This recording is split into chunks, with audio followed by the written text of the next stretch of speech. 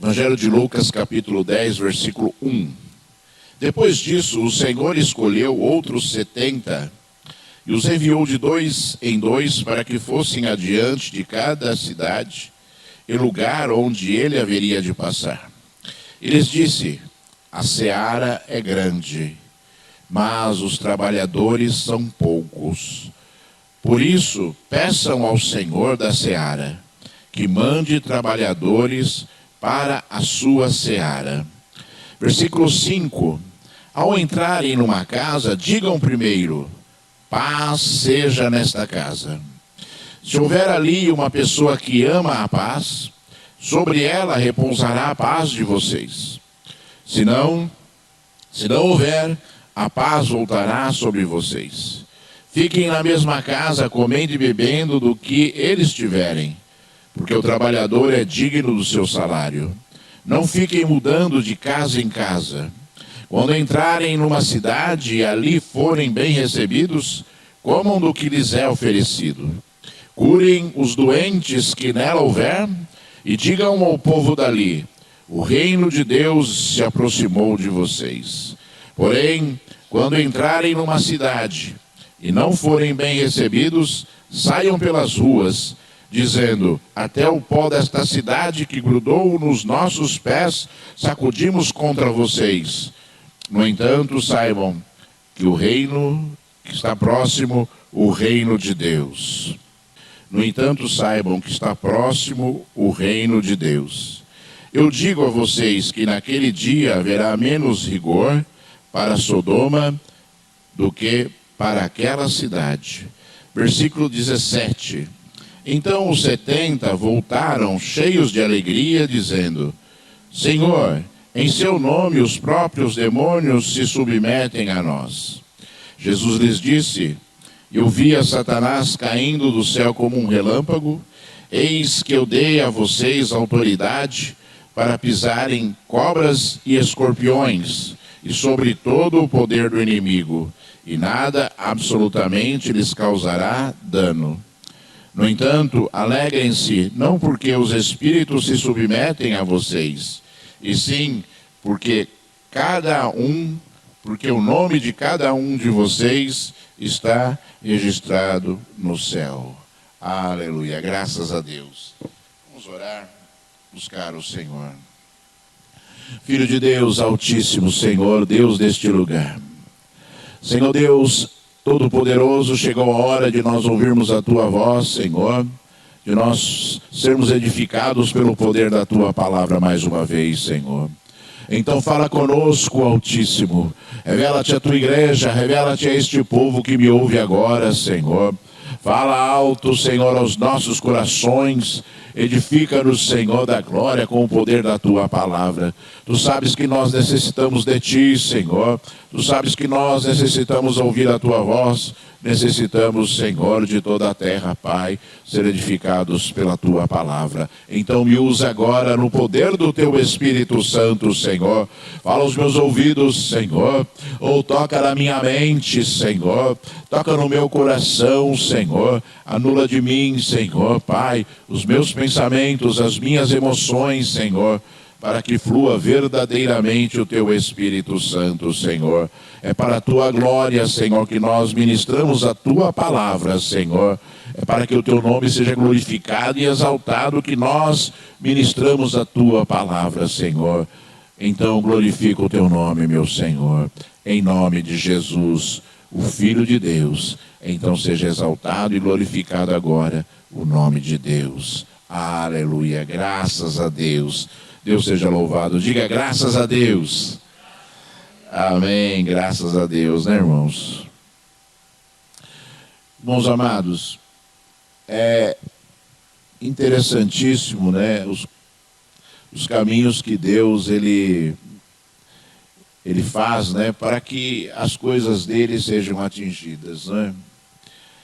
E nós sabemos, irmãos, que um pouquinho antes do ministério de Jesus começar, Deus enviou um homem. Ele enviou um homem chamado João, e foi apelidado de Batista, João Batista, porque ele batizava nas águas. E a Bíblia diz que João foi aquele homem que foi profetizado, né, em diversos livros da Bíblia, profetizado ali no livro de Isaías, né, como sendo um precursor de Jesus.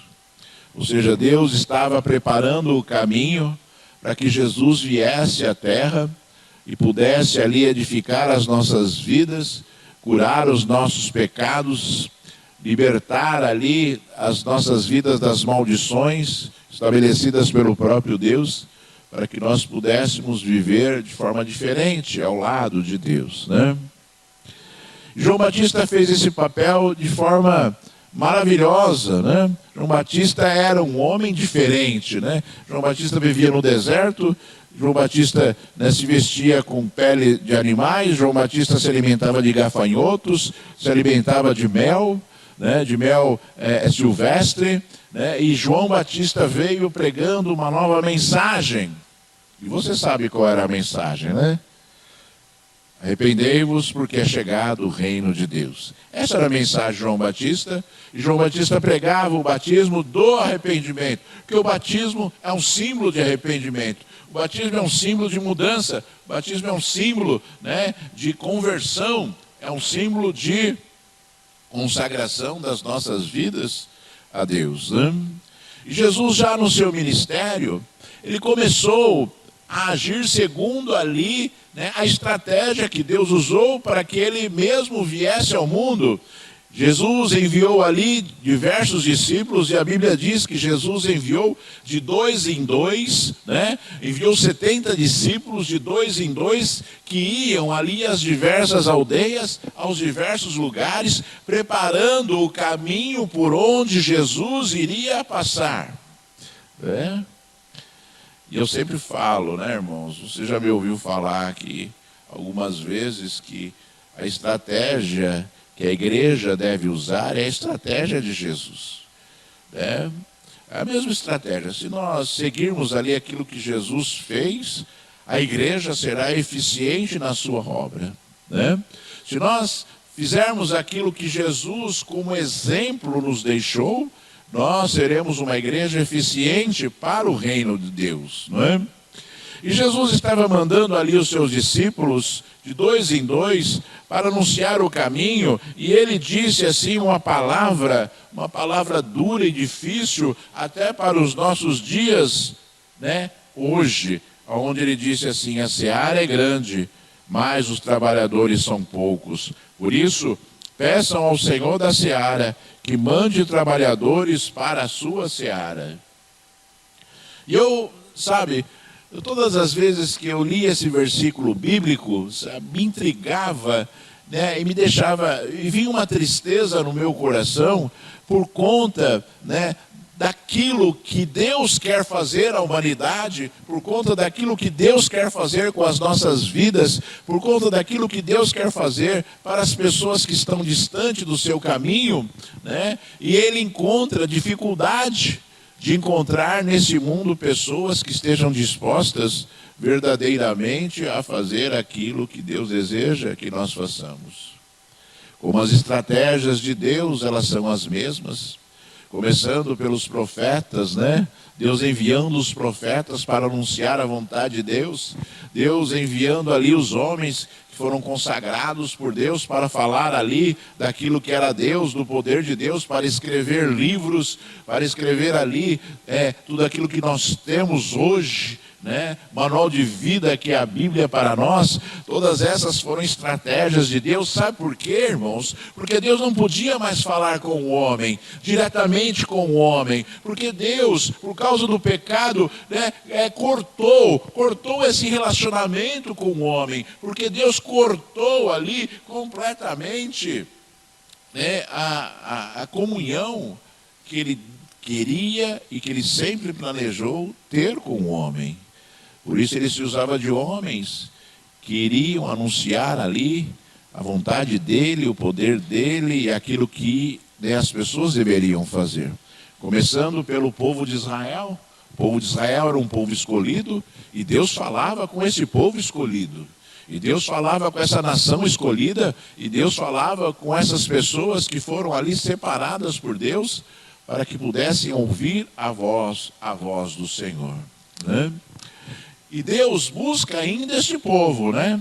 Deus busca separar um povo, né? Deus não perdeu a visão espiritual dele. Quando ele chamou Abraão, né, ele estava ali já com a intenção de separar um povo para ele, um povo que fosse cuidado, tratado, que fosse alimentado, que fosse sustentado, que fosse ensinado por ele. E essa visão espiritual, ela não se perdeu, e essa visão espiritual, ela se materializa na igreja.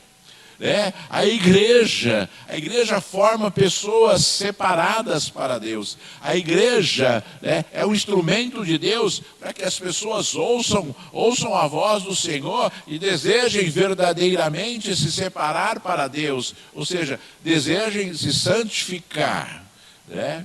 Santificar, eu vou dizer de novo, não significa um estado de perfeição, mas significa um estado de separação. Ser santo significa ser separado, ser separado para Deus. A palavra de Deus diz que Deus é santo, Deus é completamente separado do pecado, Deus é completamente separado do mal, né? Deus, ele é um ser que absolutamente se contamina com as coisas que são de fora, porque ele é separado, porque ele é santo, né? Porque ele é perfeito naquilo que ele é.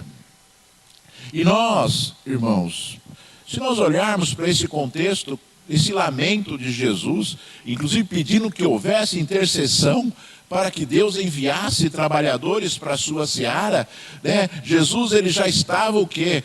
Determinando ali, né? Determinando sobre aquelas pessoas que estavam sendo enviadas, né? Uma grande incumbência, dizendo que haveria uma grande necessidade a respeito disso, né? Tanto naquele momento quanto nos momentos futuros, para que as pessoas pudessem sim ser edificadas pelo poder de Deus, ser edificadas, né, pela vontade de Deus, ser edificadas ali por tudo aquilo que elas deveriam ser ensinadas. E nós devemos, né, compreender o coração de Deus e compreender o coração de Jesus, quando ele estava estabelecendo isso para aqueles 70 discípulos, né, que estavam ali sendo enviados pelo Senhor. Nós somos enviados por Deus. Sabe, alguns são enviados e outros são aqueles que recebem. Alguns são chamados pelo Senhor para que possam verdadeiramente anunciar ali as coisas que são de Deus, preparando o caminho para que Deus possa cumprir ali, né, definitivamente a sua palavra lançada a nós, que é o momento da salvação e da redenção definitiva da igreja. E Jesus estava interessado nisso. Jesus estava interessado em fazer cumprir ali a vontade de Deus. Para isso ele veio ao mundo. Ele disse: para isso eu vim ao mundo, né? E a obra de Jesus era clara, era nítida, e ele compreendia a razão da existência dele neste mundo, né? Que era o quê? Proceder à redenção do homem. Fazer com que o homem se voltasse novamente para Deus e alcançasse, né, que o homem pudesse alcançar novamente a comunhão com Deus, pudesse, né, alcançar novamente ali o poder de ouvir a voz do Senhor, né, durante as suas buscas, durante ali, né, as suas meditações, né? Tudo isso foi possível por causa de Jesus, né? Mas existem muitas pessoas que ainda estão distantes de Deus. Ainda existem muitas pessoas, irmãos amados, que não conseguiram, né, alcançar esse poder maravilhoso de ter o Espírito Santo de Deus morando dentro de si, né? Ainda existem pessoas que ainda estão cegas espiritualmente e que precisam ser alcançadas pelo poder de Deus. E ali, quando Jesus deu instruções àqueles homens, porque a igreja ela é conduzida por Deus, irmãos. Uma igreja que é conduzida pela sabedoria humana, ela é uma igreja herética. Ela é uma igreja que não alcança a vontade de Deus, porque ela vai olhar os valores do mundo e vai considerar os valores do mundo mais importantes que os valores de Deus, né? Mas a igreja, a verdadeira igreja de Jesus, ela é dirigida pelos princípios e pelos ensinos de Jesus. E a grande estratégia da igreja é a mesma estratégia que Jesus ordenou àqueles 70 discípulos, é a mesma estratégia que Deus deu a João Batista, é a mesma estratégia que Deus deu ali aos profetas, anunciando a vontade de Deus e a necessidade de arrependimento e a necessidade de se reconciliar a Deus e a necessidade ali de obedecer a Deus e de ser fiel a Deus. Ou seja, os princípios de Deus estão estabelecidos e nós, como homens, devemos compreender isso. Ainda que você não seja uma das pessoas que são claramente enviadas para ali preparar o caminho do Senhor, para as vidas que Deus colocará na sua frente, ainda que você seja um dos ouvintes que está sendo curado por Deus, ainda que isso esteja acontecendo, compreenda que isso está acontecendo e compreenda que essa é a plena vontade de Deus. É a plena vontade de Deus. Se nós olharmos aqui as instruções de Jesus, porque Jesus, irmãos, Deus ele não é uma pessoa assim, né, que pega determinadas situações e faz com que a gente se vire. Não, nosso Deus, ele não quer que a gente se vire. Nosso Deus, ele quer que a gente compreenda. Nosso Deus, ele quer que a gente faça segundo a vontade dele. E se nós não compreendermos, nós vamos ouvir de novo. E se nós não compreendermos, nós temos que ouvir de novo, para que nós compreendamos a perfeita vontade de Deus, porque quando nós fazemos algo sem entendimento, nós fazemos algo de forma ineficiente. Nós devemos, então, compreender tudo o que Deus fala, para que nós possamos fazer de forma clara e possamos defender aquilo. Primeiro em nós, depois para as pessoas que estão ao nosso redor. E Jesus falou assim: ao entrarem numa casa, digam primeiro: paz seja nesta casa. Se houver ali uma pessoa que ama a paz, sobre ela repousará a paz de vocês. Se não houver, a paz voltará sobre vocês. É interessante, irmãos, porque, né, quantas vezes você vai ser enviado para entrar numa casa, né? Quantas vezes você vai ser enviado para orar por uma pessoa em determinado lugar? Quantas vezes você vai ser levado por Deus, né, para, né, entrar num lugar para que você possa ser um instrumento dele para mostrar uma palavra de livramento, mostrar uma palavra de saída para os problemas, mostrar uma palavra, né, de consolo espiritual para aquelas vidas. E Jesus ensinou e falou assim, que a primeira coisa que nós devemos fazer ao entrar numa casa é ministrar a paz do Senhor sobre aquele lugar. Eu não sei se você tem feito isso, né? Eu não sei se quando você entra numa casa, você fala assim, que a paz do Senhor esteja neste lugar. Eu costumo praticar isso, né? Eu costumo fazer isso. Quando eu entro numa casa, a primeira coisa que eu falo é que a paz do Senhor esteja neste lugar. E a Bíblia diz, né? E eu fico esperando. E quando eu ouço um amém, eu sei que a paz ministrada está ficando ali. E segundo Jesus, se a pessoa não receber aquela paz, ela voltará para nós mesmos. Ou seja, haverá sempre bênção, ou para aquele lugar, ou para as nossas vidas mesmo, né? E que nós, Senhor, que nós acostumemos a fazer as coisas, eu volto a dizer para você, com entendimento, porque todas as vezes que talvez você comece a proceder isso, ou se você já fazia isso, e você vai fazer simplesmente por um ritual, não vai acontecer absolutamente nada. Você tem que entender aquilo que você está fazendo. É a mesma coisa quando nós cumprimentamos o nosso irmão com a paz do Senhor. Não é um bom dia, mas as pessoas consideram como sendo um bom dia, né? Bom dia. Em vez de bom dia, os crentes usam a paz do Senhor. Não é assim. Já deveria ser uma palavra de bênção, e você deveria compreender isso. Quando você falar, que você compreenda aquilo que você está fazendo, ministrando já o poder de Deus sobre a vida pela qual você está ministrando.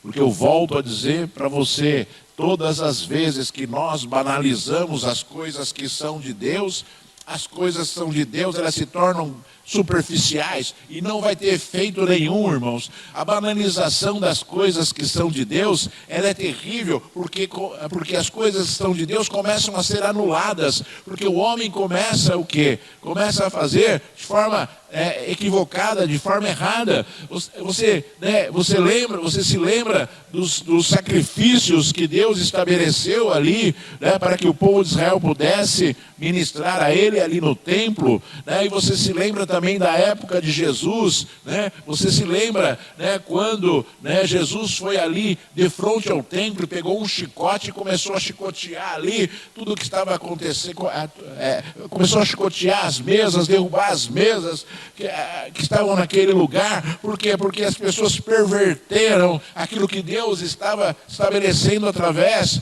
né, daquele culto, através daquela rotina, daquele cerimonial. Então, né, os judeus, os saduceus especificamente, que eram responsáveis ali por aquela área, eles estabeleceram que ninguém podia levar um animal de casa, tinha que comprar deles ali. Eles estabeleceram que as pessoas que vinham de fora não podiam comprar ali os animais com uma moeda que não fosse a moeda ali em curso ali, existente ali em Israel. Então haviam cambistas e as pessoas eram obrigadas a trocar o seu dinheiro ali, e os cambistas exorbitavam, roubavam, né, trocavam por um valor absurdo as moedas ali, né, e se tornou um grande negócio, um negócio milionário ali, as coisas que aconteciam ao templo. E Jesus olhou aquilo lá, e Jesus ficou revoltado com aquilo, e Jesus derrubou tudo, derrubou ali as gaiolas dos pássaros, derrubou ali, tirou ali, né, as portas dos currais para que os animais saíssem, né, derrubou ali as moedas dos cambistas e disse: vocês transformaram a casa de meu pai, a casa de oração, num covil de ladrões. Ou seja, numa morada de ladrões, né? Numa morada de ladrões. A perversão, irmãos, transformando as coisas santas em coisas abomináveis. Olha a diferença. Coisas santas em coisas abomináveis. E o homem tem essa capacidade, sabe, de perverter as coisas que são de Deus, simplesmente pela banalização ou pelo interesse pessoal. Sabe, irmãos, a igreja de Deus é uma igreja moldada por Deus, e os moldes de Deus, eles são moldes baseados na Bíblia. Você não se perca nesse caminho, porque a gente tem encontrado muita perversão, conforme nos templos de Jesus, né? Sumos sacerdotes que compravam seu cargo, religiosos que estabeleciam regras para ganhar muito dinheiro em relação às coisas que são de Deus, sabe, perdendo o vínculo e o foco daquilo que é santo, para gerar ali sobre as pessoas algo banal. Então, quando uma pessoa ela vinha e ela queria sacrificar a Deus, ele não estava se importando com o sacrifício. Ele ia lá e comprava um animal, simples assim.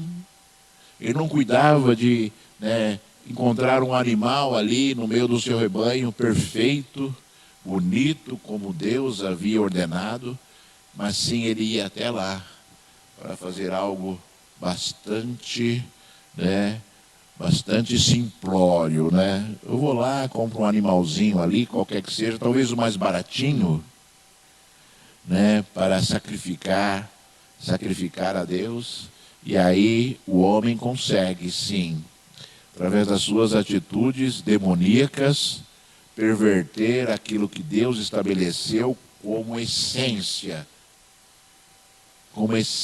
de um ritual. Porque todas as vezes que nós praticamos um ritual sem conhecer a essência, nós nos afastamos de Deus. E nós não alcançamos o coração de Deus. Então que você, comece a olhar para a palavra do Senhor. E comece a encontrar na palavra do Senhor realmente as orientações que você necessita para que a sua vida seja uma vida próspera, espiritualmente, em primeiro lugar, e materialmente também, porque as demais coisas serão sempre acrescentadas. Né? A gente olha a palavra de Jesus, a gente olha a palavra de Deus, e Jesus falando assim claramente: buscar em primeiro lugar o reino dos céus e a sua justiça, porque as demais coisas vos serão acrescentadas. Mas as pessoas, obviamente, estão invertendo claramente esses versículos, né? As pessoas invertem e depois quer que dá certo. Né? As pessoas invertem a palavra de Jesus e quer que dá certo. Ela quer que dá certo, ela quer que Deus abençoe, e ela não compreende. Mas por que a minha vida está uma bagunça? Mas por que a minha vida não vai bem? Mas por que eu não tenho paz? Por que eu não tenho alegria? Por que me falta tudo? Porque, com certeza, estão invertendo as coisas que são de Deus na sua vida, deixando de lado a palavra. A palavra, né? No livro de João, o Evangelho de João começa assim: no princípio era a palavra. No princípio era a palavra, e a palavra se fez carne, se manifestou a nós. Ou seja, a palavra de Deus, a promessa de Deus, ela deve ser algo vivo nas nossas vidas, porque ela vai sempre se cumprir, e nós vivemos por fé, irmãos. Nós vivemos por fé, nós não vivemos, né? Nós não vivemos olhando para as coisas que são naturais, porque, né, as coisas que são naturais, elas estão corrompidas, né? E nós vivemos por fé. Deus falou, então nós olhamos para a palavra e nós lutamos para agir segundo a palavra. Essa é a igreja.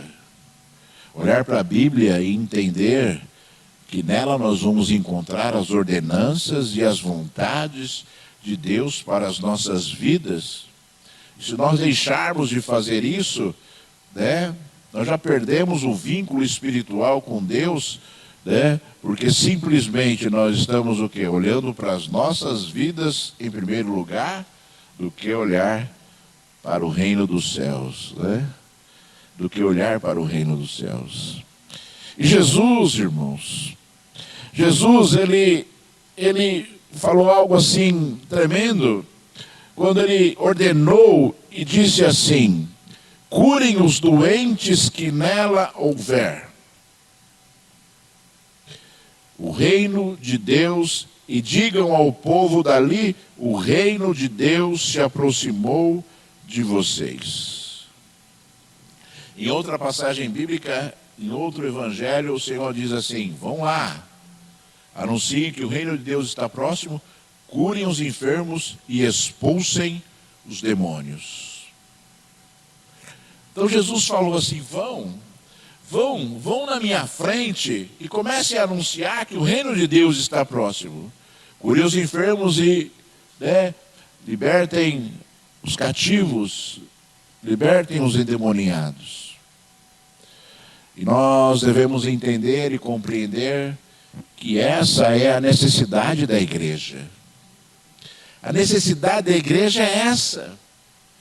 A igreja precisa anunciar o reino dos céus a qualquer custo, e anunciar que o reino dos céus está próximo, que Jesus está voltando, e a igreja precisa curar o enfermo, e a igreja precisa libertar o cativo. Essas são as necessidades, né, que a igreja, né, essas são as obras que a igreja deve praticar. Essas são as instruções de Jesus para a igreja.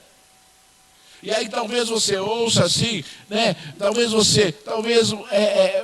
você pegue assim exemplos, a igreja tal, ela tem assim, né? Ela tem uma área de assistência social, a igreja tal tem uma escola, a igreja tal tem um lugar onde os viciados são tratados. Mas eu diria para você que esse não é o papel da igreja. O papel da igreja é pregar o Evangelho de Deus. O papel da igreja é orar para que as pessoas sejam curadas, tanto das doenças físicas como das doenças espirituais. Nosso papel é orar para que as pessoas sejam libertas dos seus demônios, é interceder por pessoas, é orientar pessoas, é fazer com que as pessoas não fujam do seu caminho, né? E talvez você esteja falando no seu coração, mas não tem nada de errado, né? Em uma igreja abrir ali uma fundação, não tem nada de errado uma igreja abrir uma escola, não tem nada de errado uma igreja, né, abrir uma clínica de recuperação. Eu diria para você, irmãos, e eu vou ser bem franco com vocês, esse não é um papel da igreja, esse é um papel dos membros da igreja. É a mesma coisa que um pastor que é chamado por Deus se candidatar a um cargo público. Esse papel não é um papel de um pastor, é um papel de um membro de uma igreja. Assim como foi Daniel, um excelente governador. Daniel não era sacerdote. Daniel era um homem fiel a Deus e foi levantado por Deus para ser um grande governador ali na Babilônia. Sabe, as coisas elas começam a perder ali, né? O homem ele começa a executar ali dentro de si anseios e vontades e tenta agir, né, da minha visão de forma estabanada, perdendo ali o raciocínio espiritual de Deus. A igreja é doutrinada por Deus e os membros devem ser doutrinados pelo Espírito Santo de Deus para exercer o seu papel. Uns, a própria palavra diz, uns para profetas, uns para pastores, né? Outros para mestres, professores. Ou seja, Deus estabelece um contexto espiritual diferente para cada um. Que eu, como pastor, vou querer fazer, né, como um deputado, como um vereador, se o meu papel é pregar o Evangelho? Deixa para o outro irmão, que vai ser usado por Deus lá, para abençoar as nossas vidas lá, sabe? Para que nós possamos o quê? Fazer as coisas da forma correta em relação àquilo que está no coração de Deus. Em relação àquilo que está no coração de Deus. Sabe, irmãos? E aí você começa a ver assim, né? A escola fundada, ela tem que ganhar dinheiro, né? A escola, ela não vai lá e trazer os pobres, mendigos, crianças, né, que são carentes, né, para ficar na escola. Elas vão cobrar, né, e vão querer ter lucro, né, e vão querer, né, que haja cada vez mais lucro, e aí vão querer construir outros prédios, e outros prédios, e outros prédios, e de repente você perdeu completamente, né, a visão espiritual de um trabalho que poderia ser muito bonito. E eu creio, irmãos, que essa deteriorização entristece demais o coração de Deus. Entristece demais o coração de Deus. Porque a visão espiritual de Deus para a sua igreja é uma visão nítida e clara. que é anunciar o reino de Deus. E que nós, como instrumentos de Deus, possamos ser usados para que as pessoas possam ser libertas, livres de toda a maldição do passado, de tudo aquilo que veio por conta de atitudes de cegueira espiritual ou de situações que vieram sobre as vidas, né, num momento equivocado e num momento de ilusão, muitas vezes, com as coisas que são deste mundo. Se você olhar a palavra de Deus, depois Jesus ele fala, vão, e Jesus depois fala como proceder, e depois Jesus fala do resultado. Porém, quando entrarem numa cidade e não forem bem recebidos, saiam pelas ruas dizendo, até o pó desta cidade que grudou nos nossos pés, sacudimos contra vocês. No entanto, saibam que está próximo o reino dos céus. Ou seja, a Bíblia diz assim, irmãos, que Jesus não vai voltar enquanto a palavra do reino não for anunciada a todas as nações. E anunciar, irmãos, significa pregar a palavra e que algumas pessoas não ouvirão. Algumas ouvirão. E outras pessoas não ouvirão, não terão interesse em seguir a palavra. E Jesus falou assim, olha, não tem problema, né? Se vocês não forem recebidos, não tem problema. Sacudam, né, das sandálias dos pés de vocês até o pó desta cidade, porque haverá um rigor maior para esta cidade do que para Sodoma. Jesus falou, porque ouviram a palavra e rejeitaram a palavra. Ouviram a palavra e rejeitaram a palavra.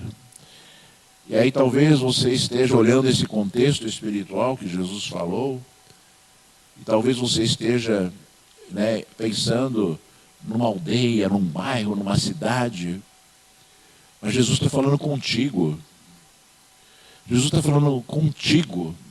Jesus está falando, olha, eu estou falando a vocês. Se vocês não derem ouvidos, se vocês rejeitarem a palavra de Deus, né, haverá um rigor muito forte sobre a vida de vocês. Jesus está anunciando a mesma palavra, e Jesus está anunciando essa palavra a todos nós, para as nossas vidas, para que nós estejamos atentos e que nós estejamos verdadeiramente olhando para a palavra e seguindo a palavra segundo aquilo que Deus falou e não segundo aquilo que nós achamos, que essa palavra está longe de nós, que esse versículo está longe de nós, quando Jesus falou, né?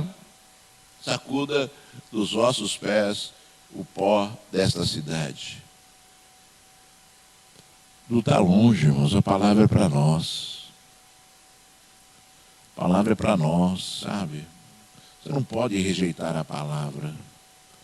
Você não pode, né, ignorar aquilo que Deus está falando, ou aquilo que Deus fala na sua palavra. Você não pode ignorar, porque haverá um rigor muito grande, porque você ouviu, e porque talvez você tenha ouvido de forma intensa, e talvez você tenha ouvido de forma insistente a mesma palavra.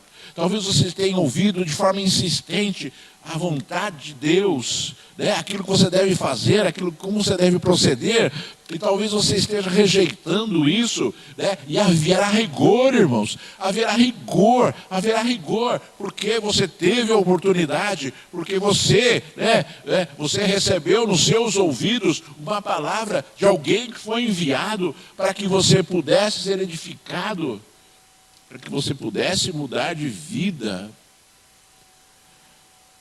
As pessoas banalizam muito o juízo de Deus, sabe? As pessoas banalizam muito o juízo de Deus. A Bíblia diz que Deus é fiel. Já ouviu essa palavra, né? E muita gente usa essa palavra. Mas Deus é fiel a quê? A você? Jamais. Deus é fiel à sua palavra. Deus é fiel à sua palavra. E nós, todos nós, estamos sujeitos à palavra. E a fidelidade de Deus vai te encontrar. A fidelidade de Deus vai te encontrar. Para o bem ou para o mal. Mas a fidelidade de Deus vai te encontrar. Porque todos nós estamos sujeitos, né, à fidelidade de Deus. Deus não é fiel a mim. Porque eu sou imperfeito. Deus é fiel à palavra dele. E quando eu olho para a palavra dele, eu vou encontrar um Deus fiel. E quando eu sigo a palavra dele, eu sei que a fidelidade dele, das promessas maravilhosas dele para a minha vida vão acontecer, porque ele é fiel na sua palavra. Ele é fiel na sua palavra. Mas as pessoas às vezes pervertem mais uma vez a palavra. E acham que podem pintar e bordar, porque Deus é fiel. E aí acha que Deus é fiel a mim, ao outro, e ao outro, ao outro. Quando na verdade, a fidelidade de Deus realmente vai nos encontrar. Teve um profeta, não sei se foi Moisés, acho que foi Moisés, que em determinado momento para o povo, ele estava alertando o povo a respeito do pecado. Ele estava alertando o povo de quando eles entrassem na terra prometida, eles deveriam cumprir a palavra do Senhor. E ele disse assim: porque se vocês não fizerem isso, o pecado de vocês vai encontrar vocês. O pecado de vocês vai encontrar vocês. Independentemente das promessas boas de Deus, independentemente daquilo que Deus estava dizendo ao povo, que iria para uma terra que tudo que eles plantassem daria, que eles iriam para uma terra maravilhosa, eles iam para uma terra onde eles teriam paz, independentemente da promessa. Moisés falou: olha cuidado quando vocês entrarem na terra, para vocês cumprirem tudo aquilo que Deus está falando, porque senão o pecado de vocês vão se encontrar com vocês.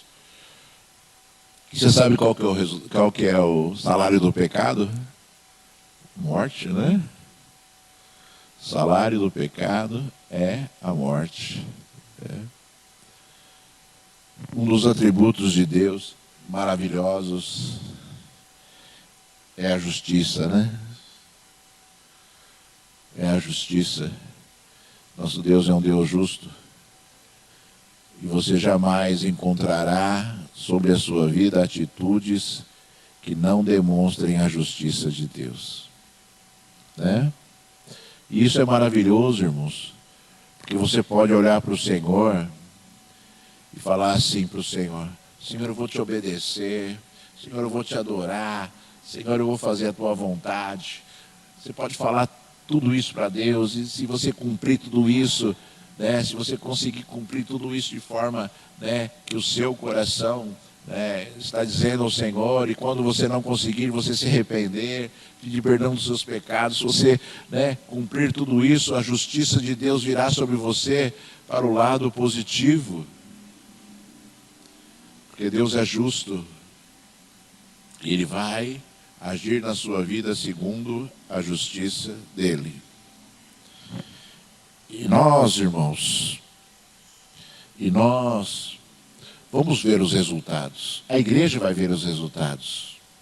Se você olhar aqui depois, os 70 foram e fizeram tudo isso que Jesus falou.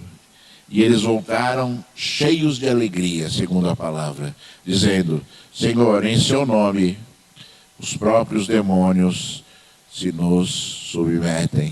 submetem a nós. Eles voltaram alegres porque compreendiam que o poder de Deus estava sobre a vida deles. Que o poder de Deus estava sobre a vida deles. Irmãos, nós já vimos curas miraculosas de Deus. Nós já vimos diversas manifestações de demônios. Nós já vimos muitas pessoas serem libertas de demônios pelo poder da autoridade de Jesus. Irmãos, tudo isso existe. Irmãos, tudo isso ainda faz parte da igreja. Irmãos, tudo isso ainda deve o quê? Ainda deve, estar dentro do nosso coração como algo que nós devemos o quê? Agir para que as pessoas possam ser alcançadas pelo poder de Deus. Eu sei que talvez você se alegre muito em ver uma pessoa que um dia você falou a respeito do Evangelho se converter, mas compreenda que esta é uma obra do Espírito Santo. Não é uma obra nossa. Compreenda que quando nós oramos e uma pessoa ela é curada, esta é uma obra de Jesus. Compreenda que quando nós oramos de uma pessoa ela é liberta de demônios, que esta é uma obra de Jesus. Compreenda tudo isso e entenda que a tua grande alegria por ser um instrumento de Deus é que você vai, que você está ali, conforme disse Jesus, com o seu nome, escrito no livro da vida. Essa é a nossa grande alegria e a nossa grande motivação para cumprir aquilo que Deus deseja para nós. Para obedecer a Deus, para fazermos a obra do Senhor, para sermos obedientes ao Deus Todo-Poderoso. Que você, tenha isso no seu coração. E que você, que você possa sim ser um grande instrumento de Deus aonde você vai. E se você foi chamado, se você foi chamado para ser um daqueles que foram curados, foram libertos pelo Senhor, que você seja um propagador desta obra. E que você ouça a voz do Senhor, quando Jesus diversas vezes disse, depois de um milagre, vá e não peques mais. Que nós aprendamos, com a Bíblia, que nós estejamos dando crédito àquilo que Jesus falou, para que nós possamos obedecer. Em obedecendo, você será recompensado pela fidelidade maravilhosa de Deus nas bênçãos e não nas maldições. Então é importante que nós amadureçamos segundo a palavra de Deus. É importante que nós lancemos para a nossa vida a palavra de Deus para que nós possamos mudar. Mudar em tudo aquilo que nós necessitamos. Porque não existe pessoa nesta terra que não precisa mudar algo na sua vida. Você seja humilde, compreenda e esteja disposto a mudar. Para que Deus possa te usar, se esse é o teu chamado. Ou para que você possa se alegrar muito em breve na presença de Deus, onde Deus estará ali te recompensando pela sua fidelidade neste mundo. Amém?